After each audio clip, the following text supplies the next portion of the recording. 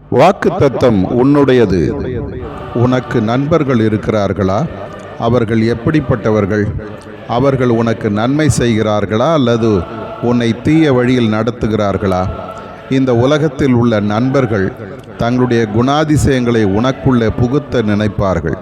அவருடைய விருப்பு வெறுப்புகளை நீயும் ஏற்றுக்கொள்ள உன்னை கட்டாயப்படுத்துவார்கள். உன் நண்பனை சொல், நான் உன்னை சொல்லுகிறேன் என்ற ஒரு வார்த்தை உண்டு. அதுபோல உன்னுடைய நண்பன் எப்படியோ அப்படியே உன் வாழ்க்கையும் இருக்கும். ஆகவே நல்ல நண்பர்களை தெரிந்தெடுக்க வேண்டியது கட்டாயம். ஆனால் இந்த உலகத்தில் நல்ல நண்பர்கள் இருக்கிறார்களா? தேடி பார்த்தால் மிக மிக குறைவு. நான் சிறந்த நண்பராக உன்னோடு இருக்கிறேன். ஒருவன் தன் சிநேகிதனுக்காக தன் ஜீவனை கொடுக்கிற அன்பிலும் அதிகமான அன்பு ஒருவரிடத்திலும் இல்லை. அந்த பெரிய அன்பை நீ எங்கே காணலாம்?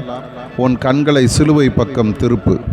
என் இரு கரம் விரித்து உனக்காக மரித்து இவ்வளவாய் உன்னிடத்தில் அன்பு கூர்ந்தேன் என்று சொல்லுகிற என்னை பார்.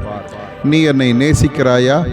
நீ என்னிடத்தில் அன்பாயிருந்தால் என்னுடைய நற்குணங்கள் உன்னிலே வெளிப்படும். என்னுடைய அன்பு உன்னை சந்தோஷப்படுத்தும். என்னுடைய வார்த்தைகள் உன்னை வாழ வைக்கும்.